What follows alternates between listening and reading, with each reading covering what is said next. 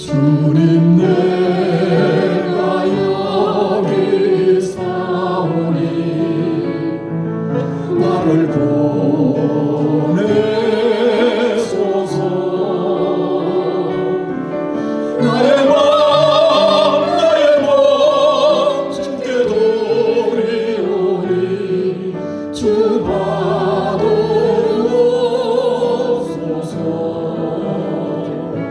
주님 내가 여기 사오니 나를 써주소서.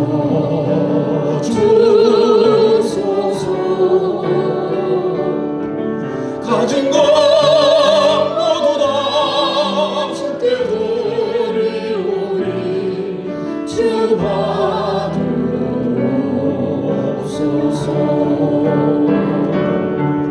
할렐루야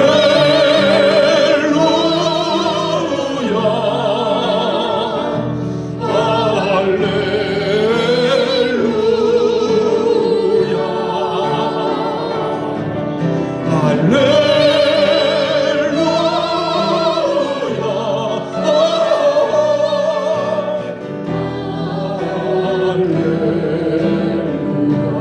주님 내가 여기 있사오니 주님 내가 여기 있사오니 나를 보내소서. 나의 맘 주께 드리오니 주 받으옵소서.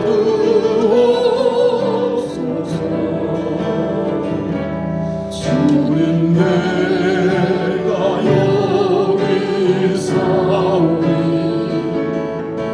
나를 써주소서.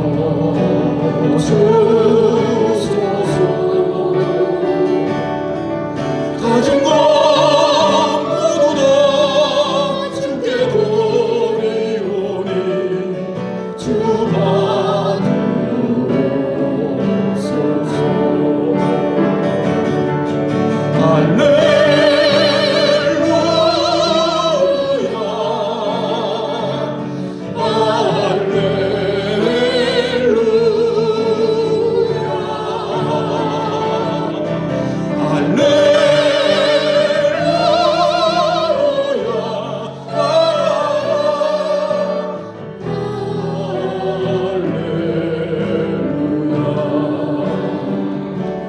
나를 받으옵소서.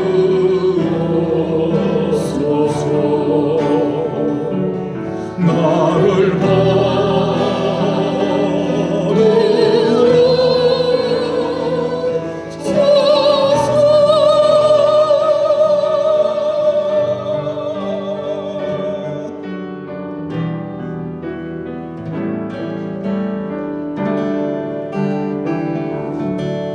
아멘.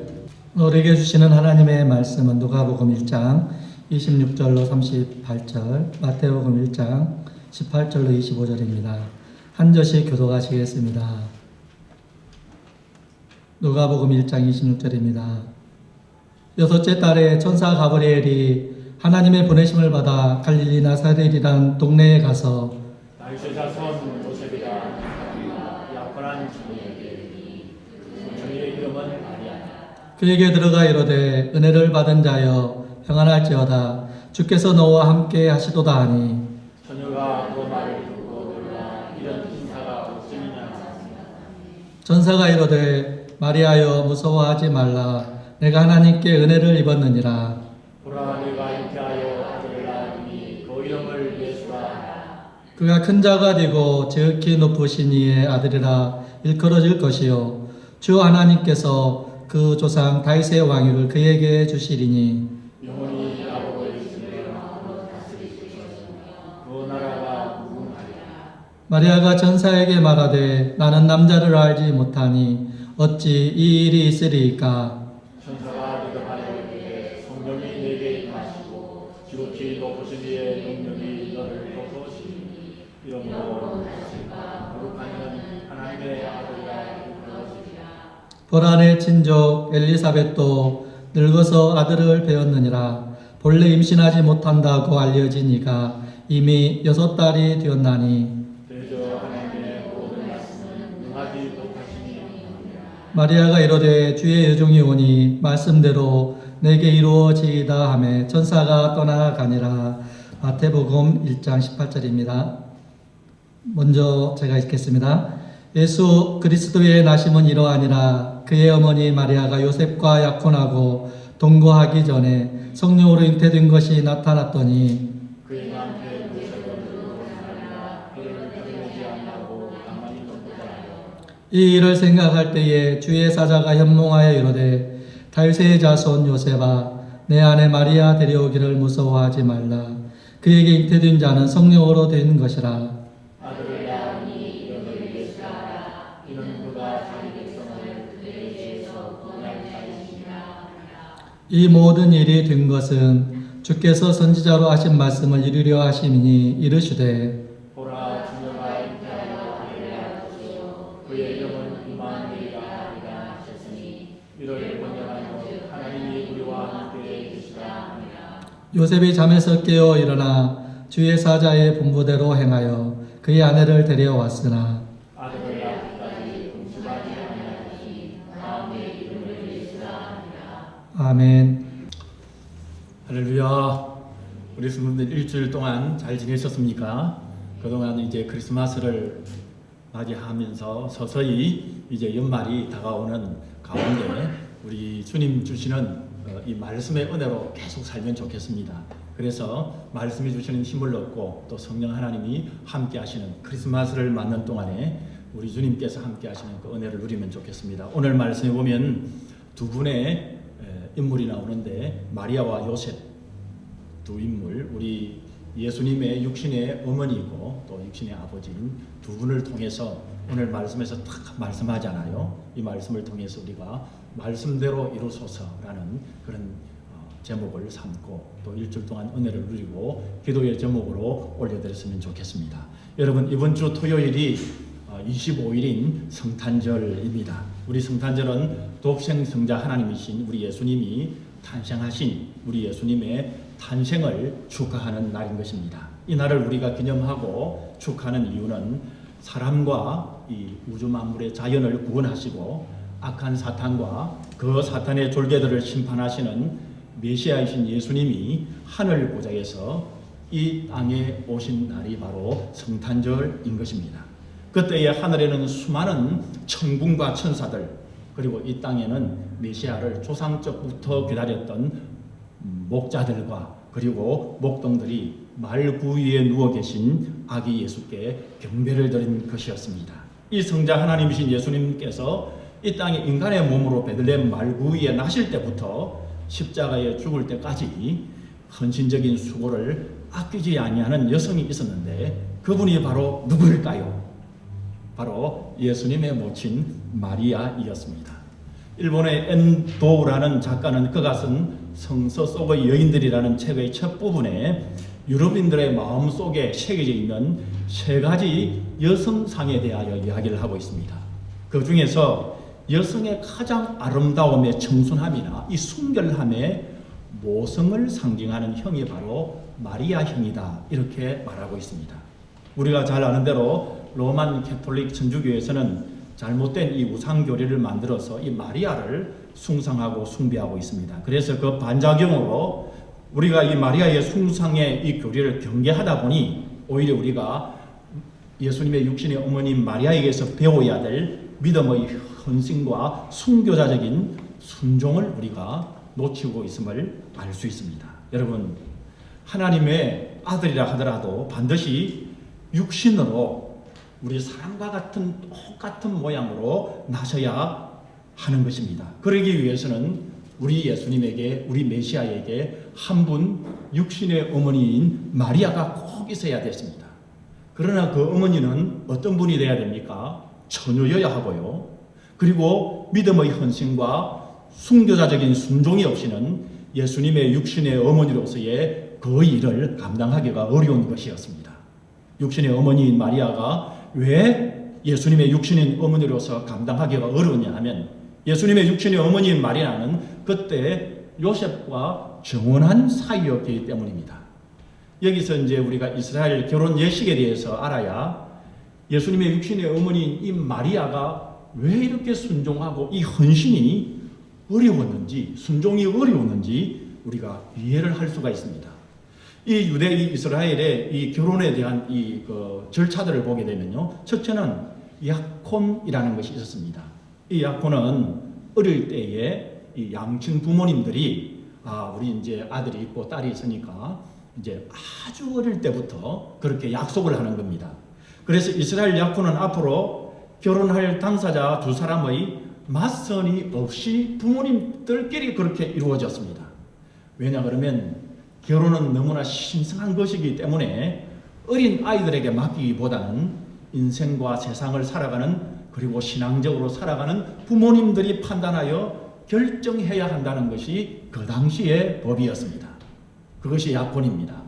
그리고 또 두 번째는 정혼이라는 것이 있는데요, 정혼은 이미 맺은 이 약혼을 공식화하고 그리고 랍비 앞에 가서 서약을 해야 됐습니다. 마을 사람들이 다 보는 앞에서, 그리고 널리 공포하고, 일단 정혼이 이루어지면 잠만 자지 않은 부부라, 잠만 자지 않았지 이 부부라는 법적인 구속력을 가진 것이 바로 정혼입니다. 만약에 약혼한 사이에 어느 쪽에서 이제 상대를 싫어하게 되면 그냥 말로 집안끼리 이렇게 파혼을 하면 되지만은, 그러나 정혼을 한 후에는 말로 해서 되지 않았습니다. 만약에 이제 이혼을 하는 경우에, 파혼을 하는 경우에 이혼 수속을 밟아야 헤어질 수 있는 것입니다. 이 정혼을 하게 되면 잠만 자지 않았지 부부와 똑같은 그런 것이었습니다. 세 번째로는 결혼이 있습니다. 두 사람이 정혼을 한 후에 약 한 1년 안에 좋은 날을 잡아서 결혼을 해야 하는데, 대개 보면 정혼 후 1년이 끝나는 때에 결혼식을 올렸습니다. 대개 결혼식에 많은 사람들을 초청해서 잔치도 하고 하나님 앞에 서약하고 부부로서 선포하고, 그리고 드디어 첫날 밤을 지나면서 가정을 이루는 것입니다. 마리아 당시에 이 정혼이라는 것은 법적으로는 결혼과 똑같은 효력을 발휘하는 사회적인 관습이었습니다. 그런데 오늘 본문 28절에 보면 천사 가브리엘이 찾아와서 마리아에게 말하지 않습니까? 은혜를 받은 자여 평안할지어다, 주께서 너와 함께 하시도다. 그랬더니 마리아가 얼마나 무서워했겠습니까? 그때 가브리엘 천사가 뭐라 했습니까? 마리아야, 무서워 말라. 내가 하나님께 은혜를 얻었느니라. 보라, 내가 잉태하여 아들을 낳으리니 그 이름을 예수라 하라. 저가 큰 자가 되고 지극히 높으신 이의 아들이라 일컬을 것이요, 주 하나님께서 그 조상 다윗의 위를 저에게 주리니 영원히 야곱의 집에서 왕도로 달 것이며 그 나라가 무궁하리라. 그렇게 가브리엘 천사가 마리아에게 이야기했습니다. 여러분, 우리는 오늘 이 말씀을 읽고 또 이 말씀을 듣고 그렇게 있지만은, 마리아가 들었을 때 여러분 한번 생각해 보십시오. 그것도 천사가 나타나서 이런 말을 했을 때 얼마나 두렵고 떨리는 순간이었겠습니까? 이 말을 듣고 여러분 잠이나 잘 수 있었겠습니까? 얼마나 놀라운 일이었겠습니까? 마리아가 잉태하여 아들을 낳는다는 것입니다.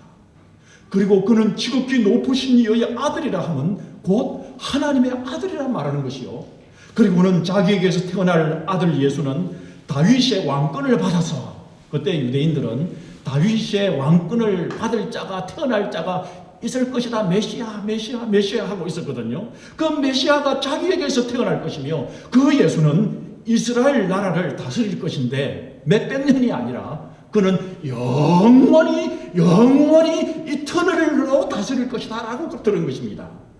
마리아는 도무지 그의 머리의 이해로서는 이해되지 않았지만 천사가 자기에게 말하는 것이었습니다. 마리아가 천사에게 뭐라고 했습니까? 아멘, 좋습니다. 처음부터 그랬을까요? 그러지 않고 마리아가 뭐라고 했습니까? 나는 남자를 알지 못하니 어찌 이 일이 내게 있으리까? 라고 물었습니다. 마리아는 요셉과 정혼은 했지만은 아직까지 요셉과 가까이 하지 않았고 어떤 남자와도 가까이 하지 아니하는 동정을 지닌 수처녀였습니다. 이 동정녀라 함은 아직 남자를 알지 못하는 순결한 수처녀를 말하는 것입니다. 여러분, 이 세상의 모든 사람은 아버지와 엄마를 통해서 태어나는 법인데 지금 가브리엘 천사는 마리아에게 뭐라고 말하고 있습니까? 마리아에게 성령으로 아이가 임신될 것이라고 말했습니다. 그때 마리아는 자신이 인간적인 생각으로는 도무지 이해할 수 없는 말씀이었지만은 이제 그렇게 가브리엘의 이야기, 하나님을 통하여 가브리엘이 그렇게 전달해주는 소리를 듣고는 주의 여종이 말씀대로 내게 이루어지다 고백하면서 그 말씀에 순종하는 것이었습니다. 여러분, 마리아가 이렇게 말하는 것은 자신이 앞으로 임신을 함으로써 개인적으로는 자기에게 쏟아질 엄청난 수모와 멸시를 각오해야 됩니다.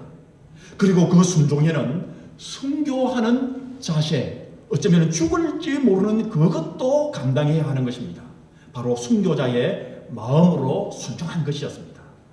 지금까지 여러분, 인류 역사에서 단 한 여자도 경험해보지 못한 일, 즉 성령에 의해서 아들이 잉태되었다는 것은 어느 누구에도 어떻게 설명함에도 불구하고 그래도 여러분 이해할 수 없는 이 일이 마리아에게 일어나는 것입니다. 마리아는 하나님께서 기뻐하는 뜻이라고 하면은 하나님께서 쓰시겠다고 그렇게 말씀하실 때에 이 마리아는 자신의 멸시와 버림받음과 죽는 한이 있어도 주의 여종이오니 말씀대로 이루어지이다 이렇게 이야기한 것이었습니다. 사랑하는 성도 여러분, 바로 하나님의 세계는 이러한 마리아의 순교자적인 순종으로 하나님의 영원한 섭리, 하나님의 역사가 이루어지는 것입니다. 히브리서 11장에 보게 되면 여러분, 구약에서부터 믿음의 선조들을 쭉 언급하지요. 그리고 나서 신약 시대까지 우리 믿음의 선배들을 쭉 언급을 하고 있습니다. 히브리서 11장 38절에 보게 되면 이런 하나님의 믿음의 사람들을 뭐라고 말하냐 그러면 이런 사람들은 세상이 감당하지 못하는 사람들이다 이렇게 말씀하시면서 세상이 감당하지 못하는 믿음의 사람을 통해서 오늘 우리가 믿음을 배워야 된다 이렇게 말씀하고 계시는 것입니다. 오늘 본문의 천사는 마리아를 주의 은혜를 받은 자라고 불렀습니다. 누가복음 1장 42절 오늘 본문에 보게 되면 그 뒤에 이제 오늘 읽었던 본문 그 뒤에 쭉 보게 되면 세례 요한의 어머니 엘리사벳은 성령에 그렇게 붙들렸었습니다. 그리고는 마리아가 엘리사벳에 올 때 이 엘리사벳은 마리아를 보자마자 여자 중에 가장 복을 받은 자라고 그렇게 말하고 있습니다. 오늘 우리들은 2000년 전에 마리아는 될 수가 없습니다. 그러나 마리아와 같이 주의 은혜를 받은 자, 여자 중에 복을 받은 자, 복받은 성도는 될 수가 있는 것입니다.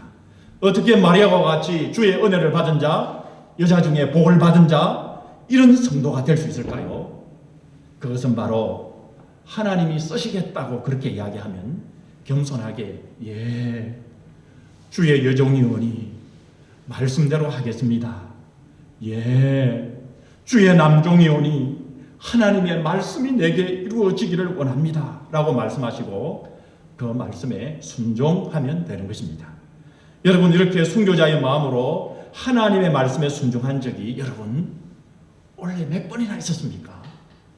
하나님께서 이렇게 말씀하실 때에 올해 이렇게 순종한 것이 단 한 번이라도 있었습니까? 아니, 올해뿐만 아니라 내 평생에 우리 하나님께서 나에게 말씀으로 감동을 주고 기도할 때에 나에게 뜨거운 마음을 주시고 찬양할 때에 하나님께서 나에게 기쁜 마음을 주실 때 내 그렇게 할래? 너 그렇게 하기를 원하니? 내가 그렇게 살기를 원하니? 라고 할 때 여러분 한번 우리의 인생에 한 번이라도 주님! 나는 죽는 일이 있어도 이 말씀대로 내가 하기를 원하나이다 그렇게 고백하며 순종한 적이 우리의 인생에 한 번이라도 있었습니까? 19세기 영국 교회를 부흥시킨 영국을 대표하는 목사님이 이 찰스 스폴전 목사님이라는 분이 계셨습니다. 이 목사님은 자기가 교회 일을 하면서 자기가 교회 안에서 돌보는 이 고아들이 있었는데 그 당시에는 1차 세계대전 후에 막 일어난 일들이었는데요. 그때 이 고아들을 위해서 300파운드를 모금을 했습니다. 지금으로 치면은 약 한 13만 불 정도 되고요. 한 한국 돈으로 1억 5천만 원 정도 되는 그 돈을 모금을 했었습니다. 그런데 기도하던 중에 말입니다. 스폴전 목사님이 기도를 하고 있었습니다. 감사하면서 기도를 하고 있는 중에 하나님께서 이런 마음을 그의 마음에 내적으로 뜨겁게 주는 것입니다. 그 돈을 조지 물러 목사에게 갖다 주라는 것입니다. 여러분, 조지 물러와 스폴전 목사님은 같은 시대였는데요. 이 조지 물러는 여러분이 책을 많이 봤죠. 기도 응답을 뭐 7,000번 받은 분, 7만 번 받은 분, 기도 응답을 뭐 5만 번 받은 분, 3만 번 받은 분, 이렇게 여러 가지 내용이 있습니다만 그 책들을 보게 되면 바로 그 조지 물러 목사님에게 이 돈을 갖다 주라는 것이었습니다. 그래서 스폴전 목사님은 조지 물러 목사님에게 300파운드를 주라는 그 음성을 듣고, 주님, 우리 교회도 이게 제가 지금 교회 이 담임 목사를 하면서 우리 교회도 이게 필요한데요, 이렇게 했지만 그 음성이 그의 마음에 사라지지 않는 것이었습니다. 그래서 불전 목사님은 그 말씀을 듣고 마음에 일어나는 그 마음을 듣고 그가 그 교회에 정말 그 돈이 그 교회에 스폴전 목사님에게 필요했지만은 그 돈을 들고 조지 물러 목사님에게 가서, 조지 물러 목사님, 하나님께서 내가 이렇게 모금한 300파운드를 조지 물러 목사님에게 주라고 가져왔습니다. 그렇게 이야기를 했습니다. 그때 조지 물러 목사님은 기도방에서 기도를 하고 있었습니다. 하나님, 내가 3,000명의 고아를 먹여야 되는데 오늘 내가 먹이는 이 300파운드가 이 3,000명을 먹이려면, 당분간 먹이려면 필요하고 있습니다. 이렇게 기도할 때였습니다. 그래서 스폴전 목사님과 조지 물러 목사님이 300파운드를 주고 이런 가운데서 두 분이 손을 잡고 기도하면서 하나님께서 한 분은 주라고 말하고 또 한 분은 받으면서 감사하고, 그 당시 믿음의 거장인 이 두 분이 손을 잡고 눈물을 흘렸다는 그 기록이 있습니다. 그런 고백이 있습니다. 그래서 이제 스폴전 목사님이 돈을 주고 이제 모금한 주고 자기 교회로 돌아오니까 그 교회 책상 위에 봉투가 놓여 있었는데 그 봉투에는 330파운드의 체크가 그 봉투 안에 들어 있었습니다.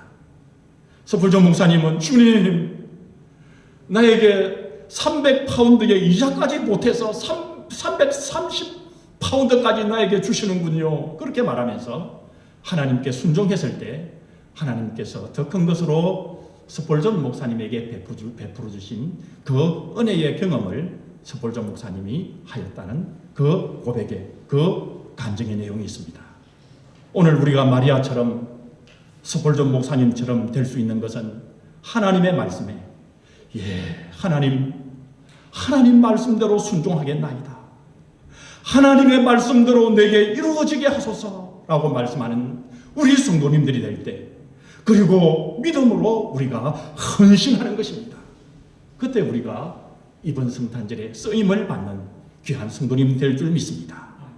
이번 성탄절에 우리 주님께서 밴쿠버에서 우리 말씀교회 성도님들에게 우리가 순종하기 힘든 말씀을 하실 때 하나님의 말씀대로 내게 이루어지더라 라고 고백하시고 순교하는 순교자적인 그런 마음으로 순종하는 성도님들이 되십니다. 만약에 인간적인 힘으로 참 순종하기 어려운 이런 순교자적인 순종을 여러분 만약에 생각해 보십시다.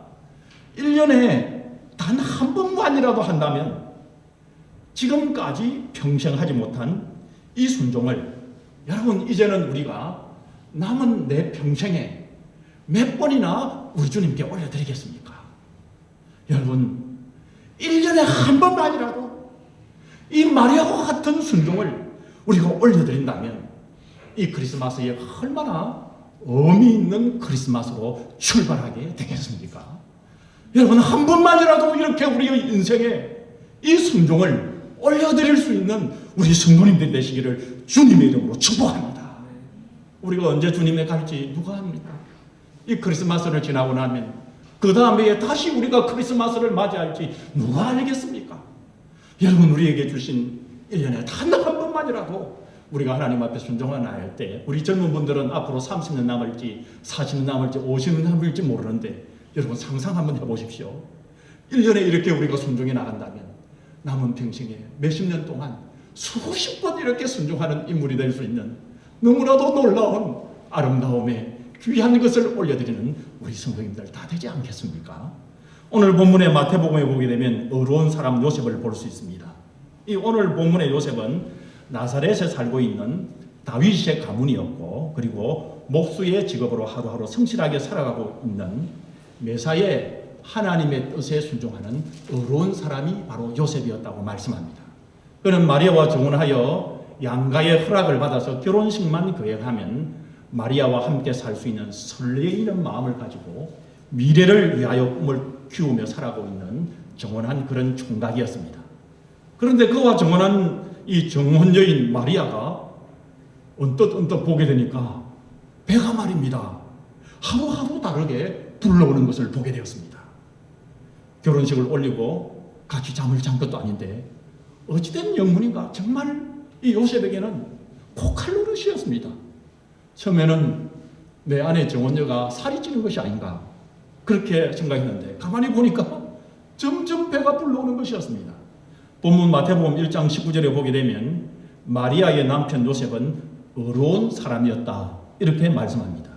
이때 의롭다는 말은 누가 옳은지 옳지 않은지, 어떤 일이 정확한지 그런 것을 가려보자는, 누가 옳은지 안 옳은지를 갈아보자는 그런 의로움이 아니라, 이 의로움이라는 이 말은 디케라는 헬라어에서 온 말인데요, 이 말은 올바름, 즉 요셉은 올바름을 선택했다 이 말씀인 것입니다.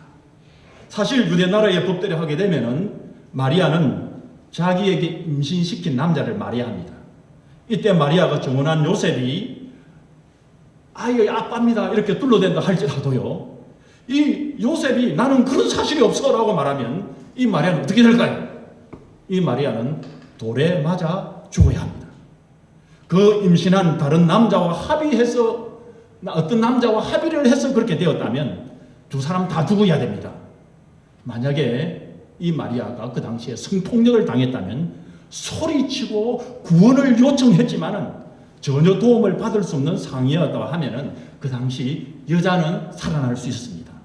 그렇지만 성폭력을 당할 때 살려줘 이렇게 소리를 듣는 사람이 있어야 합니다.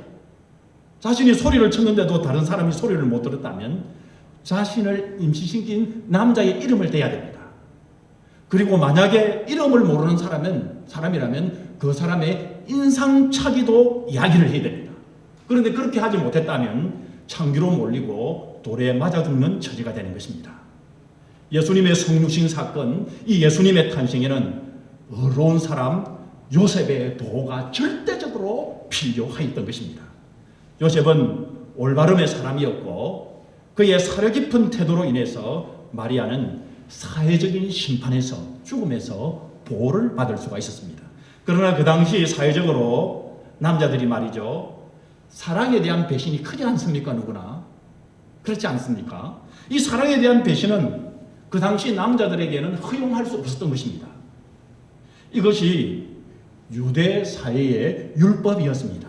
그 당시 사회는 간통한 여인은 돌로 쳐 죽여야 되는 것이 그 당시의 사회적인 관습이요, 그 당시의 법이었습니다.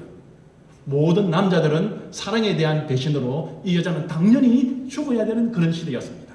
요셉은 사랑의 배신자같이 보이는 마리아를 조용히 관계를 끊는 것으로 마무리하려고 하는 그런 사람이었습니다. 왜냐하면 그래도 한때 사랑하는 삶을 살리려고 하는 올바름의 사람이었음을 말씀하고 있습니다.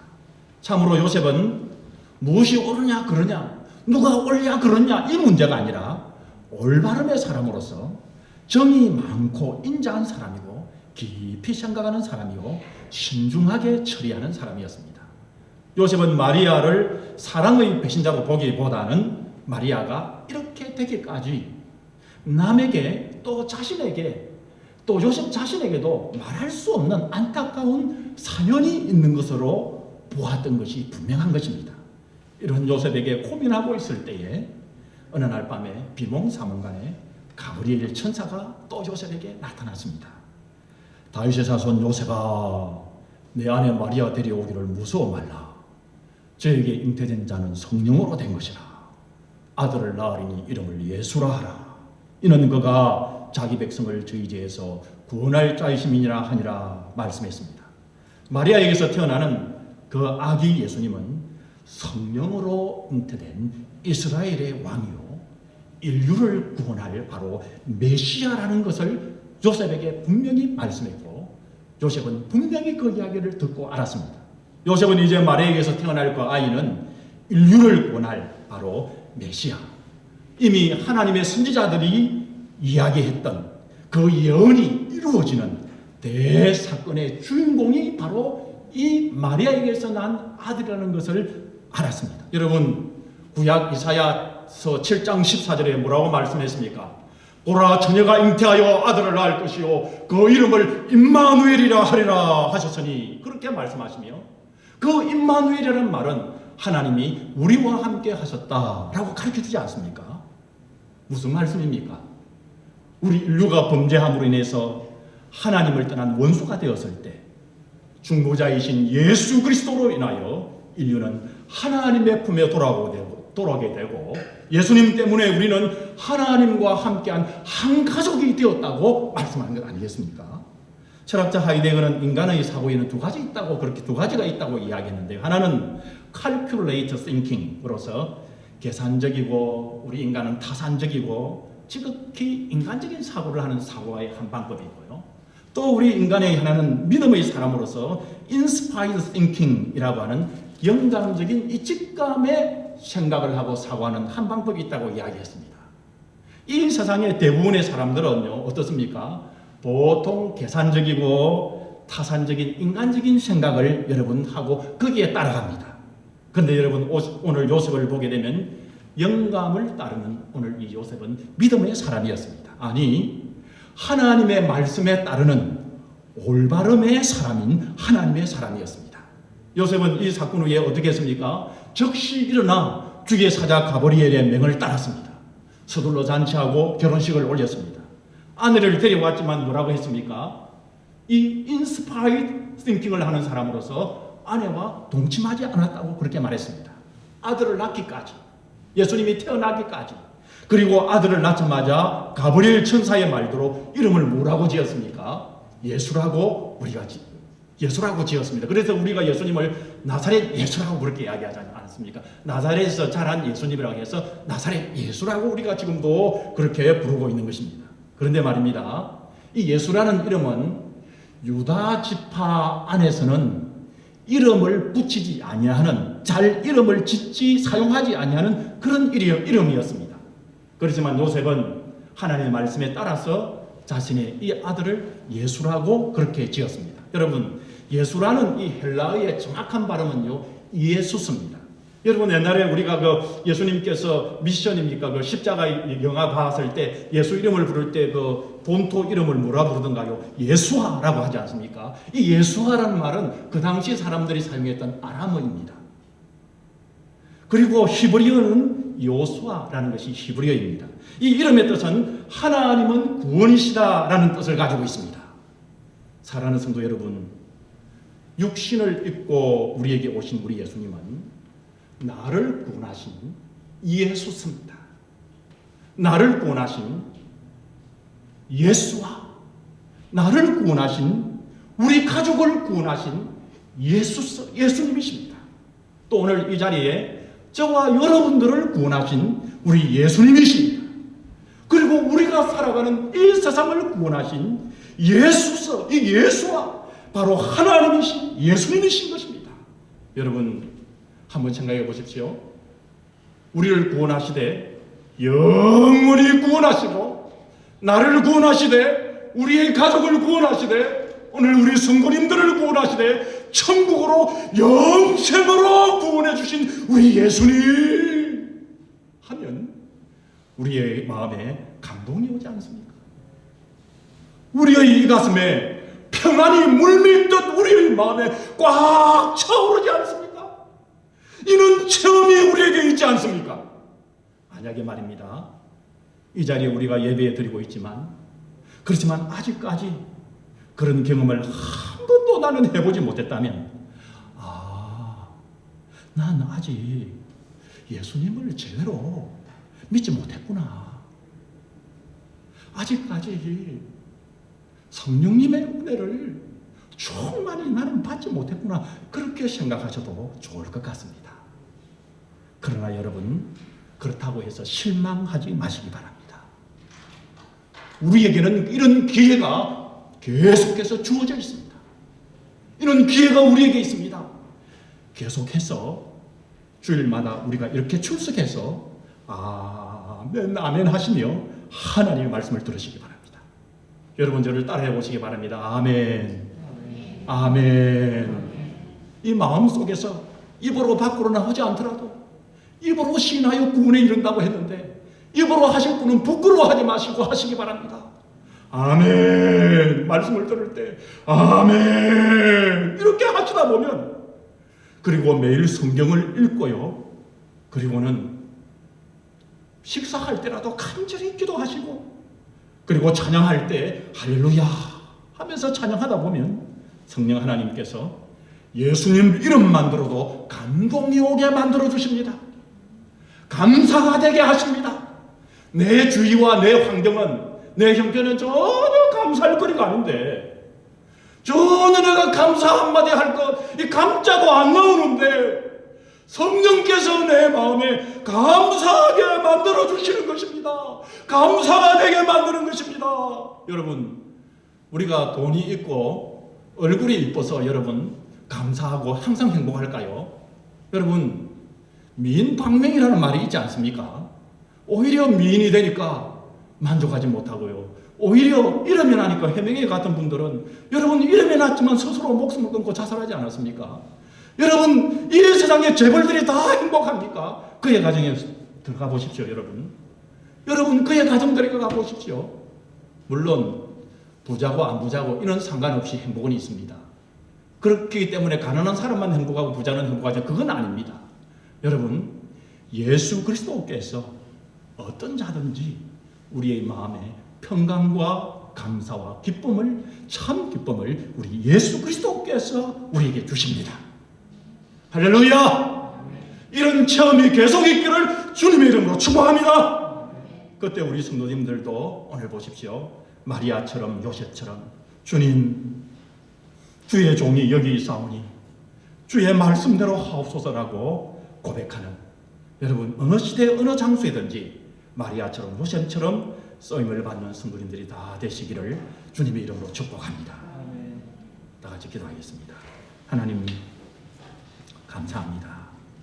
주님, 내가 여기 있사오니 나를 받으시옵소서 고백하는 우리 성도님들이 꼭 이번 크리스마스 기간에 되게 하셔서 요셉처럼 마리아처럼 하나님의 은혜를 풍성히 누리는, 도무지 그런 환경은 아니지만 그러나 말씀에 순종하는 가운데 우리 중에 놀라운 은혜를 풍성하게 누려 간증거리가 되게 하시고 고백거리가 되게 하시고 우리 주님의 은혜를 누리는 마리아처럼 요셉처럼 한번 이 땅에서 우리 성도들도 사용하여 주옵소서. 이 종을 사용하여 주옵소서. 주님 여기 있사옵니다. 우리 구주 예수 그리스도의 이름으로 간절히 감사하며 축복하며 기도 올려옵나이다. 아멘.